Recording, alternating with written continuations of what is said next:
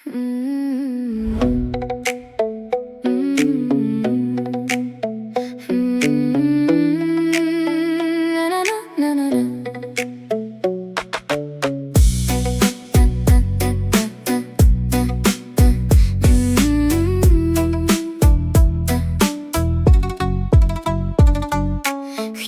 ញមុខបងថ្ងៃនោះចិត្តខ្ញុំឆប់ស្ទើរមិនតន់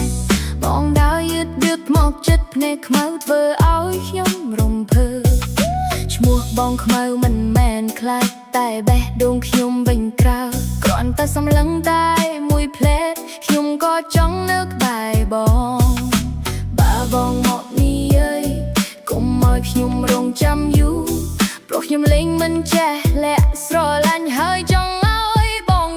ស្រឡាញ់ប្រុសឈ្មោះខ្មៅស្រឡាញ់ប្រុសឈ្មោះខ្មៅបេះដូងខ្ញុំហើឲ្យបងមកចិត្តខ្ញុំស្រឡាញ់ប្រុសឈ្មោះខ្មៅ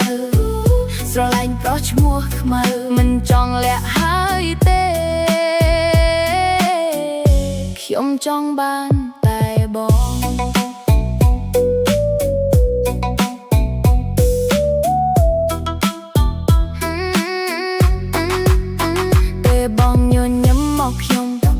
យល់ក៏ដូចជាស្រាល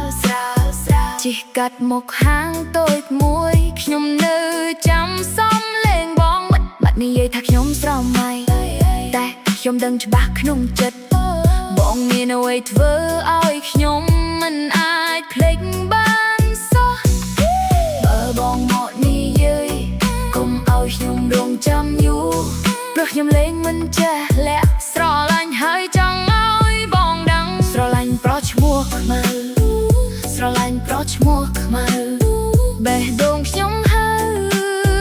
ឲ្យបងមកចិត្ត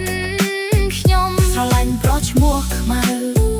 ស្រឡាញ់ប្រុសឈ្មោះខ្មៅមិនចង់លាក់